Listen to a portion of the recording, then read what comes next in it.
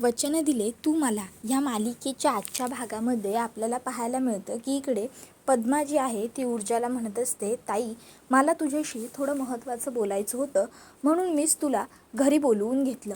त्यावेळी ऊर्जा पद्माला म्हणते, महत्त्वाचं?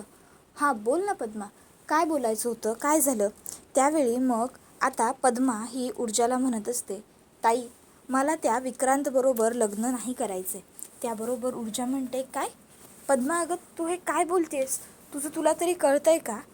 त्याबरोबर मग पद्मा म्हणते, हो ताई मला हे बघ अगदी व्यवस्थित कळतंय, मला त्या विक्रांतबरोबर खरोखर लग्न नाही करायचं आहे.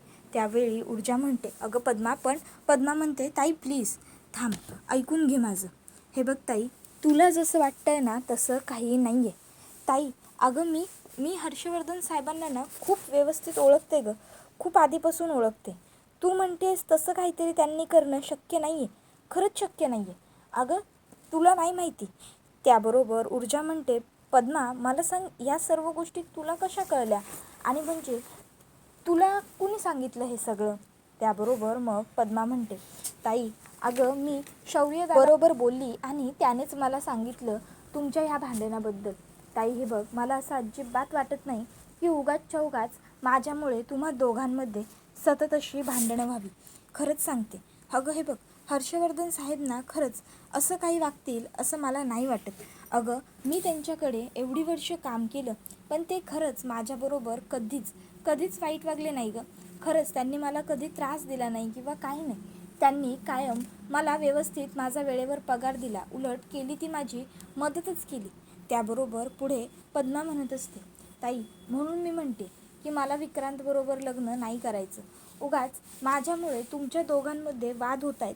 त्यावेळी ऊर्जा म्हणते, पद्मा तसं काही नाही आहे, तुझा या सगळ्याशी मुळातच काही संबंध नाही आहे, तुझ्यामुळे आमच्यात वाद वगैरे काहीच होत नाही आहेत. त्यावेळी पद्मा म्हणते, नाही गं ताई, पण तरी पण मला वाईट वाटतंय, उगाचच तुम्ही दोघं भांडताय माझ्यासाठी ते. तर दुसऱ्या बाजूला इकडे आता विजया असते, ती आदित्यला ब्रेकफास्ट सर्व करत असते आणि आता ती आदित्यला म्हणते, आदित्य घे ना, आणखीन घे. आदित्य म्हणतो की आई अगं बस बस बस, किती वाढशील. त्यावेळी आता मग ती म्हणत असते, आदित्य ऐक ना बाळा. आदित्य म्हणतो, बोल नाही, काय झालं? त्यावरती म्हणते, मला तुझ्याशी थोडंसं बोलायचं आहे रे. आदित्य म्हणतो, अगं आई मग बोल ना निसंकोचपणे. त्यावर मग आता लगेचच ती म्हणू लागते, आदित्य बेटा मगाशी तू जे काही बोललास ना त्यामुळे माझं मन आहे ना खूपच जास्त अस्वस्थ होऊन गेलं आहे. म्हणजे नेमकं मगाशी तू असं का बोललास, काय झालं, मला खरंच कळलेलं नाही आहे. त्यावर आदित्य म्हणतो, आई अगं तू कशाबद्दल बोलतेस नेमकं? त्याबरोबर मग आता लगेचच ते म्हणते, आदित्य मी मगाशी तू जे बोललास त्याच्याबद्दलच बोलते, दिव्याच्या बाबतीत. दिव्या आसपास असली काय नसली काय तुला काहीच फरक पडत नाही, असं कसं म्हणालास तू? त्यावर मग आदित्य म्हणतो की आई अगं मग मी खरंच तर म्हणालो, दिव्या माझ्या आसपास असली ना की ती नुसतं मला काहीही सांगत राहते, काहीही. अगं म्हणजे कुठे सेल लागला आहे कपड्यांचा, कुठे काय, किंवा ती रील स्क्रोल करत राहते, त्याचा आवाज होत राहतो, नाहीतर मग नखाना नेलपेंट लावत बसते, त्याचा वास येतो गं नुसता मला. त्याबरोबर मग आदित्य म्हणतो, मग त्यापेक्षा मी आपल्या शौर्याच्या खोलीत आहे ना, मला तेच बरं वाटतं. म्हणजे मी आपला मस्तपैकी इकडे गाणी वगैरे ऐकत बसतो, शौर्य असतो त्याच्या बायकोबरोबर बिझी, चालतं की गं. त्याबरोबर मग आता पुढे आदित्य म्हणतो, छान मस्त मज्जा. त्याबरोबर विजया म्हणते, मज्जा? आदित्य बाळा तुला ही सगळी मज्जा वाटते का? अरे मग किती दिवस सुरू ठेवणार आहेस तुझी ही तू मज्जा? काय आयुष्याचा भविष्याचा पुढे विचार करायचा आहे की नाही? आदित्य हे बघ बेटा, जर तुला एखादा मोठा काहीतरी निर्णय घ्यावासा वाटत असेल, काही करावंसं, काही ठरवावंसं वाटत असेल ना, तर तू सांग मला, काळजी करू नकोस आणि घाबरू तर अजिबातच नकोस. मी आहे ना, मी बोलेन तुझ्या डॅडबरोबर, मी समजावेन त्यांना, मी सांगेन त्यांना. त्याबरोबर आता आदित्य म्हणत असतो, तू नेमकं कशाबद्दल बोलते आहेस आई? सॉरी टू से, पण मला खरंच कळलेलंच नाही आहे की तू नेमकं काय बोलते आहेस ते. त्यावेळी मग आता विजया म्हणते, आदित्य अरे असं कसं बोलतो आहेस तू? ठीक आहे, मग मीच जरा स्पष्टपणे बोलते. आदित्य हे बघ, तुझं आणि दिव्याचं जे काही सुरू आहे ते मला नाही पटत आहे. म्हणजे एवढे दिवस मी गप्प बसले, काही बोलत नव्हते, पण आता शेवटी मला बोलावं लागतं. आदित्य मला असं वाटतं की तू दिव्याला घटस्फोट द्यावास, सोडून टाक तू तिला. तसंही तुमच्या नात्याला काय अर्थ आहे, काय भविष्य आहे तुमच्या नात्याचं. त्याबरोबर आता इकडे आदित्यला हे ऐकून खूप मोठा धक्का बसतो. तर इकडे दुसऱ्या बाजूला जी पद्मा आहे ती मात्र आता इकडे हर्षवर्धनची बाजू घेतच चाललेली असते. पद्मा म्हणत असते, अगं ताई, म्हणजे हर्षवर्धन साहेब केस लढतायत त्यामध्ये काही चुकीचं नाही आहे. अगं म्हणजे शिर्के आणि हर्षवर्धन साहेब खूप चांगले आणि खूप जुने मित्र आहेत गं. आणि मग त्याच्यामुळे जर त्या शिर्केची केस हर्षवर्धन साहेब लढत असतील तर त्यात त्यांचा तरी काय दोष. अगं कोणी पण हेच करेल ना ताई, तू उगाच रिॲक्ट होतीयस ताई. हे बघ, मला हेच वाटतंय की मला विक्रांत बरोबर लग्न नाही करायचं आहे आणि ह्या सगळ्यात नाहीच पडायचं. हा सगळा विषय आपण इथच्या इथे संपवू शकतो. उगाच माझ्यामुळे तुझ्यामध्ये आणि शौर्य दादामध्ये होत असलेले वाद मला नाही बघायचे आहेत ग ताई. उगाच नको हे सगळं वाढायला. त्याबरोबर ऊर्जा म्हणते, झालं तुझं बोलून पद्मा. त्यावर पद्मा म्हणते, ताई तू चिडू नकोस ना, शांत हो आणि ऐकून तरी घे. त्यावर ऊर्जा म्हणते, हेच बोलायचं होतं ना तुला की तुला विक्रांत बरोबर लग्न नाही करायचं आहे म्हणून, मग झालं ना बोलून तुझं. त्यावर पद्मा म्हणते, ताई अगं तू रागात ते विचार करतेस. त्यावर ऊर्जा म्हणते, मग काय करू पद्मा. अगं ज्या व्यक्तीने तुला त्या शिर्केच्या घरी पाठवलं, ज्यांच्या मित्राच्या घरी तुझा विनयभंग झाला, ज्यांनी तुझा विनयभंग केला, त्या मुलाच्या वतीने केस लढली आणि तू त्याच हर्षवर्धन जहागीरदारांची बाजू घेऊन माझ्याशी बोलतेस. सांग ना, मी काय बोलायचं आहे मग, मी काय करू, मग काय बोलणं अपेक्षित आहे तुला मी. त्यावेळी पद्मा म्हणते, ताई मला माफ कर गं, पण प्लीज तू अशी रागवून बोलू नको, चिडू नकोस. त्यावेळी ऊर्जा पटकन शौर्यला कॉल करते आणि ती शौर्याला म्हणते, शौर्य मला तुझ्याबरोबर बोलायचं आहे, कुठे आहेस तू. शौर्य घरी आहे सांगतो. ऊर्जा म्हणते, ठीक आहे मग घरीच थांब, मी येते घरी. आणि ती फोन ठेवते आणि ताबडतोब घरी जायला निघते. त्याबरोबर दुसऱ्या बाजूला इकडे विजया आदित्यला म्हणत असते, आदित्य अरे हे असं किती दिवस तसंच सुरू ठेवणार आहेस तू. आदित्य म्हणतो, आई मी अजून एवढा पुढचा विचार केलेलाच नाहीये, मी एवढ्या टोकाला कधी गेलोच नाही. विजया म्हणते, तेच तर. अरे आदित्य, तुझ्यासमोर अख्खच्या अख्खं आयुष्य पडलंय, कधी विचार करणार आहेस तू या सर्व गोष्टींचा. हे बघ आदित्य, तू दिव्याला घटस्फोट देऊन टाक, पुढे काय करायचं ते बघू ना आपण. आदित्य, अरे तुझ्या आयुष्यात हे काय चाललंय. त्यावर आदित्य म्हणतो, मॉम अगं तू काय बोलतेस, लग्न केलंय मी तिच्याबरोबर. त्यावर विजया म्हणते, तेच तर. अरे लग्न केलंयस ना तू तिच्याबरोबर, अरे फसवणूक केली आहे तिने आपली, आठवतंय ना. त्याबरोबर आदित्य म्हणतो, हो लक्षात आहे माझ्या, ती म्हणाली होती की ती प्रेग्नंट आहे म्हणून मी तिच्याशी. त्याबरोबर विजया म्हणते, म्हणून तू घाबरलास आदित्य. त्यावर आदित्य म्हणतो, नाही मॉम, मी घाबरलो नव्हतो, मी फक्त एक माणुसकी म्हणून तिला आधार द्यायला गेलो. मला वाटलं की जर या प्रसंगात तिच्या पाठीशी मीच उभा नाही राहिलो तर हिचं कसं होईल, आणि म्हणून मी तिच्याशी फक्त लग्न केलं. आणि त्यासाठी मी तिच्यावर रागवलोय, खूप प्रचंड रागवलोय की तिने आपली फसवणूक केली. पण याचा अर्थ असा नाही आहे मॉम की माझं तिच्यावर कमी प्रेम आहे. मला नाही माहिती की तिने माझ्याशी लग्न का केलं, आणि मला जरी माहिती असलं तरी मला त्या विषयाच्या खोलात सध्या शिरायचं नाही आहे. पण मॉम, मी मात्र तिच्याबरोबर खरंच मनापासून लग्न केलं, मी तिच्यावर मनापासून खरं प्रेम केलं आहे गं. त्याबरोबर विजया म्हणते, अरे आदित्य, पण काय अर्थ आहे या सगळ्याचा, काय उपयोग सांग ना, काय फायदा काय या सगळ्याचा. अरे त्या मुलीला काही घेणं देणं आहे का तुझ्याशी. अरे तिने फक्त आणि फक्त पैसा बघून, प्रॉपर्टी बघून लग्न केलेलं आहे, आणि या अशा नात्याला तू नातं म्हणतोस. आदित्य, अरे किती वर्ष तू ही अशीच मज्जा सुरू ठेवणार आहेस. अरे नवरा बायकोचं नातं हे खूप महत्त्वाचं असतं रे आयुष्यात, आणि तू त्याच नात्यात तुझी मज्जा सुरू आहे असं मला सांगतोयस. सांग ना, मग मला कसं वाटेल. त्यावेळी आदित्य म्हणतो, मॉम मला कळते तुझी काळजी, खरंच आई म्हणून तू तुझ्या जागी अगदी योग्य आहेस, पण म्हणून मी कधीही दिव्याला घटस्फोट देण्याचा विचारसुद्धा करू शकत नाही, कळलं तुला. हे बघ, मला मान्य आहे की दिव्या आता विचित्र वागते, बालिश वागते, पण अगं ती अल्लड आहे, वय कमी असल्यामुळे हे सगळं होणं स्वाभाविक आहे. पण आई, माझी खात्री आहे एक दिवस ही दिव्या नक्कीच सुधारेल. अगं हिला आपल्या घराची, आपल्या घरातल्या माणसांची, सगळ्यांची किंमत कळेल, आणि सगळ्यात महत्त्वाचं, माझं तिच्यावर मनापासून खरं प्रेम आहे हे सुद्धा तिच्या आपोआपूनच लक्षात येईल खरंच. आणि मग बघशील दिव्या खरंच किती व्यवस्थित वागेल. आई, मी या एका आशेवरती एवढे दिवस जगतोय की दिव्याला एक दिवस नक्की सर्व चुका रिअलाईज होतील आणि दिव्या चांगली वागू लागेल. तर दुसऱ्या बाजूला ऊर्जा शौर्यला भेटायला बोलवते. शौर्य म्हणतो, ऊर्जा काय गं, काय झालं, तू मगाशी मला एवढ्या घाईघाईने का फोन केलास आणि म्हणालीस की बोलायचंय महत्त्वाचं म्हणून. काय झालं, काय बोलायचंय? ऊर्जा जाते आणि दरवाजा पटकन बंद करून येते. शौर्य म्हणतो, ऊर्जा काय झालं, तू दरवाजा सुद्धा का बंद केलास? तू चिडली आहेस का माझ्यावर, तू रागवली आहेस का? त्यावेळी ऊर्जा म्हणते, शौर्य तू आज पद्माला भेटलास? त्यावर शौर्य म्हणतो, हो भेटलो. त्यावर मग ऊर्जा म्हणते, शौर्य खरंच मला तुझ्याकडनं ही अपेक्षा नव्हती. म्हणजे तुला मला नाही समजवता आलं, मला नाही काही सांगता आलं, म्हणून तू पद्माचा वापर केलास या सगळ्या. त्यावर शौर्य म्हणतो, पद्माचा वापर? ऊर्जा, एक मिनिट, तू हे सगळं काय बोलतेस, मला कळत नाहीये. त्यावर ऊर्जा म्हणते, वा शौर्य, सगळं करून सवरून वरतून नामनिराळा राहणं कसं जमतंय रे तुला? शौर्य, अरे तू पद्माला सांगितलंस की हे सगळं थांबवायसाठी? त्यावर शौर्य म्हणतो, हे बघ ऊर्जा, मी पद्माला काहीही सांगितलेलं नाहीये. मग ऊर्जा म्हणते, तुला माहिती आज पद्मा माझ्याशी काय बोलली? अरे ज्या मुलाने तिचा विनयभंग केला, ज्याच्यावरती केस सुरू आहे आणि जे वकील केस लढत आहेत, ती त्यांची बाजू घेऊन माझ्याबरोबर बोलली. ती काय म्हणाली माहितीये?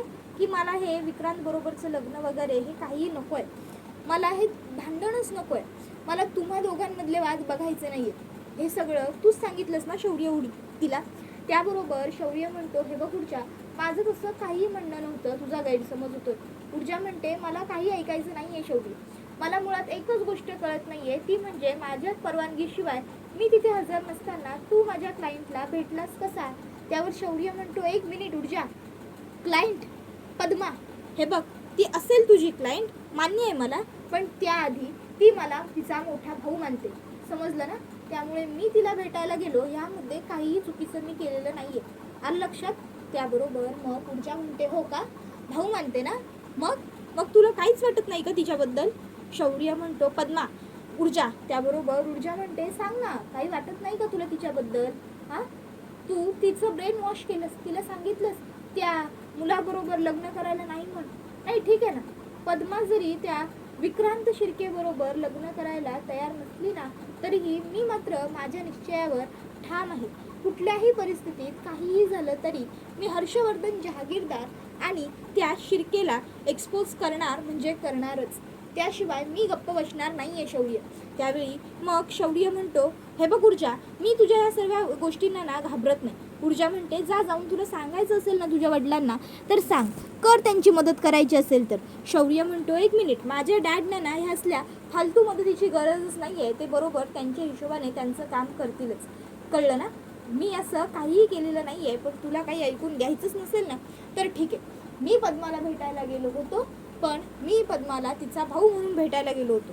पद्माने मला भेटायला बोलावलं म्हणून मी भेटायला गेलो होतो, मी स्वतःहून तिला भेटायला गेलो नव्हतो. त्यावेळी ऊर्जा म्हणते, अच्छा, म्हणजे आता तू सगळं पद्मावरती टाकून मोकळा होणार आहेस का? त्यावेळी शौर्य म्हणत असतो, ऊर्जा तू चुकतेस. ऊर्जा म्हणते, मी चुकत नाहीये शौर्य, आणि लक्षात ठेव, काहीही झालं तरीही मी शिर्के आणि हर्षवर्धन जहागीरदार ह्या दोघांनाही एक्सपोज करणार म्हणजे करणारच. त्यांना एक्सपोज केल्याशिवाय मी गप्प बसणार नाहीये, समजलं तुला? आलं तुझ्या लक्षात? त्यावर शौर्य म्हणतो, काय करायचंय ते कर, पण लक्षात ठेव ऊर्जा, तू जे वागतेस ना ते चुकीचं आहे. एवढं बोलून आता शौर्य हा तिकडनं बाहेर खोलीच्या रागारागात चाललेला असताना दिव्या तिकडे आलेली असते. शौर्य दिव्याकडे रागाने बघतो आणि तिकडनं निघून जातो. त्यानंतर इकडे दिव्या विचार करते की वा वा वा, दोघांमध्ये कडाक्याचं भांडण झालेलं दिसतंय. इकडे आता शौर्य ऊर्जाच्या रोजच्या मेसेजची वाट बघत असतो भेटायला जाण्याबाबतच्या, पण आता ऊर्जाने भेटायला ये असा मेसेजच शौर्याला केलेला नसतो. उलट आता ऊर्जा मोबाईल स्विच ऑफ करते आणि थेट गप्प बसते. तर हे सगळं बघून दिव्याला मात्र खूप जास्त मज्जा येत असते. दिव्याला ह्या सगळ्यामुळे आनंद होत असतो. ती विचार करते, वा छान छान, या दोघांचं भांडण झालं हे एक छान झालं. तर दुसऱ्या बाजूला सकाळी आता पद्मा ही झाडलोट करत असते. मग तिकडे आता काकू येतात आणि पद्माला म्हणतात, पद्मा अगं काय गं, काय चाललंय तुझं? मी इकडे तुला राहायला बोलावलंय की माझ्यावरची कामं करायला? दे बरं ते तू माझ्याकडे. त्यावर पद्मा म्हणते, काकू अहो असं काय करताय? माझ्याच घरात काम करायला मला कशाची आली आहे हरकत? मला करू द्या बरं, आणि मुळात मला ह्या सर्व कामांची ना सवय. त्याबरोबर मग आता लगेचच काकू म्हणतात, पद्मा तू पण ना ऐकणार नाहीस ना माझं? बरं तू करून घे हे, मला ना आज बचत गटाच्या कामासाठी जरा बसायचंच होतं. त्यावेळी मग आता पद्मा ही लगेचच पूर्वाला म्हणते, काकू मला ना आज दुपारी थोडं बाहेर जायचं होतं. त्याबरोबर मग पूर्वा म्हणते, काय तुला बाहेर जायचं आहे? त्यावर पद्मा म्हणते हो म्हणजे जरा जायचं होतं, पण तुम्ही म्हणत असाल तर नाही जात. त्याबरोबर मग आता लगेचच इकडे पूर्वा म्हणते पद्मा अगं उलट तू बाहेर जायचं म्हणालीस तर मला आनंद झाला. म्हणजे ह्याचा अर्थ हळूहळू तुलासुद्धा आता घरातून बाहेर पडावंसं वाटतंय तर. अगं हीच चांगली गोष्ट आहे पद्मा. त्यावर पद्मा म्हणत असते काकू अहो किती दिवस अशी एकट्याने घरात बसून राहू, किती दिवस उगाचच स्वतःला एकटीच त्रास करून घेऊ म्हणून. आणि तसंही मला आज शौर्य दादांनी भेटायला बोलवलं. त्यावर मग इकडे लगेचच आता पूर्वा म्हणते शौर्यने का गं काय झालं. त्याबरोबर मग आता पद्मा म्हणत असते म्हणजे तसं तर काही शौर्य दादा बोलले नाही आहेत मला, पण मला माहिती आहे ना त्यांनी मला का भेटायला बोलवलं असणार आहे तू. त्याबरोबर मग आता लगेचच तिला पूर्वा विचारते का बोलवलं असेल, काय वाटतंय तुला. त्यावर पद्मा म्हणते अहो मी काल ऊर्जाताईबरोबर बोलले ना म्हणूनच बोलवलं असेल त्यांच्या भांडणामुळे. त्याबरोबर मग लगेचच इकडे पूर्वा म्हणते म्हणजे त्यांचं भांडण खरोखर तू म्हणाली होतीस त्याच विषयावरून झालंय का. त्यावर पद्मा म्हणते हो, आणि म्हणूनच मी ताईला सांगितलं की मला ते शौर्यबरोबर लग्नच त्या विक्रांतबरोबर लग्नच करायचं नाही आहे. त्यावेळी हे ऐकून मग काकू म्हणतात काय, आणि मग याच्यावर ऊर्जा तुला काय म्हणाली पद्मा. त्यावर मग आता पद्मा सांगते की ताई तर खूप जास्त रागवली आहे माझ्यावर, रागारागात निघून गेली. त्याबरोबर लगेचच आता ती म्हणते बरं ठीक आहे काही हरकत नाही, तू एक काम कर जा, तू आज शौर्यला भेटून ये आणि ऊर्जाला फोन कर आणि ऊर्जाला सांग की आज रात्री तिला इकडे राहायला यायचं, तिच्याशी आता मलाच बोलायला हवं असं त्या मनात विचार करतात. तर दुसऱ्या बाजूला पद्मा आणि शौर्य भेटलेले असतात. शौर्य म्हणतो पद्मा मी तुला सांगितलं होतं का हे सगळं करायला, मग तू कशाला केलं हे सगळं. तुला माहिती आहे का केवढा मोठा प्रॉब्लेम होऊन गेलाय ते आता.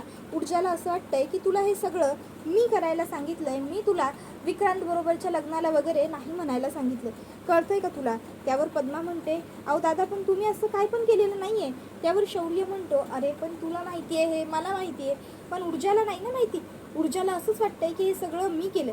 त्यावर पद्मा म्हणते दादा अहो हे सगळं मी केलं, पण मी हे सगळं तुमच्या दोघांच्या भल्यासाठीच केलं ना. मला तुम्हा दोघांमध्ये उगाचच्या उगाच जे भांडण सुरू आहे ते सुद्धा माझ्यावरून ते नको होतं आणि म्हणून मी हे सगळं केलं दादा. त्याबरोबर शौर्य म्हणतो अगं हो मला कळतंय पद्मा तुझं म्हणणं, मला तुझ्या हेतूबद्दल शंका नाहीच आहे, पण अगं ऊर्जा कशी आहे ती तुला माहिती आहे ना, तिने जर एखादी गोष्ट एकदा ठरवली तर ती केल्याशिवाय ती गप्प बसत नाही. त्याबरोबर मग पद्मा म्हणते हो दादा अहो मला माहिती आहे, पण मला ते विक्रांत बरोबर खरोखर लग्न नाही करायचं आहे दादा. त्याबरोबर शौर्य तिला म्हणत असतो पद्मा हे बघ काळजी करू नकोस, अगं भाऊ म्हटलंयस ना तू मला, मग तुझं लग्न मी त्या विक्रांत बरोबर होऊ देणारच नाही आहे. हे बघ काळजी करू नकोस, जरी मी ऊर्जाबरोबर भांडलो, आमच्यात मतभेद असले वाद असले तरीही मी ऊर्जाच्या बरोबर आहे. ऊर्जाला जिथे जिथे गरज असेल तिथे तिथे मी तिच्यासोबत उभा असेल. खरंच तू अगदी निश्चिंत राहा, मी तुम्हा दोघींनाही कुठल्याच संकटात येऊ देणार नाही, मी तुम्हाला सगळ्या संकटातून बाहेर काढेन. मग तर झालं. त्यावर हे ऐकून मग पद्माच्या जीवात जीव येतो. तर शौर्य म्हणत असतो की जरी आत्ता सध्या मी ऊर्जाच्या सोबत नसलो तरीही या केसमध्ये प्रत्येक वेळी मी आहेच ऊर्जाच्या बरोबर, त्यामुळे तू काळजी करू नकोस पद्मा, तू अगदी बिनधास्त राहा, कळलं ना. त्यावर पद्मा म्हणते खरंच शौर्य दादा नक्की ना. त्यावर शौर्य म्हणतो हो पद्मा अर्थात, नक्की म्हणजे नक्कीच, मी आहे ऊर्जाच्या बरोबर. त्याबरोबर हे ऐकून पद्माला बरं वाटतं. पद्मा म्हणते आता मला जरा बरं वाटतंय बघा शौर्य दादा. त्यानंतर मग आता लगेचच इकडे शौर्य हा विचारात व्यस्त होऊन जातो. त्यानंतर आता मग दुसऱ्या बाजूला हर्षवर्धन दिव्याला सांगतो दिव्या मी आता तुझ्यावरती एक महत्त्वाची कामगिरी सोपवतो, पण जर याच्यामध्ये तू काही जरी चूक केलीस तर मात्र तुला हे घर सोडून कायमचं जावं लागेल. त्यावर ती म्हणते बापरे असं नेमकं काय काम आहे एवढं डॅड. त्यावर हर्षवर्धन तिला तिचं काम सांगतो. त्याच्यानंतर दिव्या आता कामाला लागते. दिव्या लगेचच पद्माला कॉल करून सांगते की पद्मा अगं काही तासातच तुझं आणि विक्रांतचं लग्न आहे. त्यानंतर ही गोष्ट पद्मा ताबडतोब ऊर्जाला फोन करून सांगते. हे ऐकून ऊर्जाला खूप मोठा धक्काच बसतो. त्याबरोबर हा व्हिडिओ इथेच संपतो.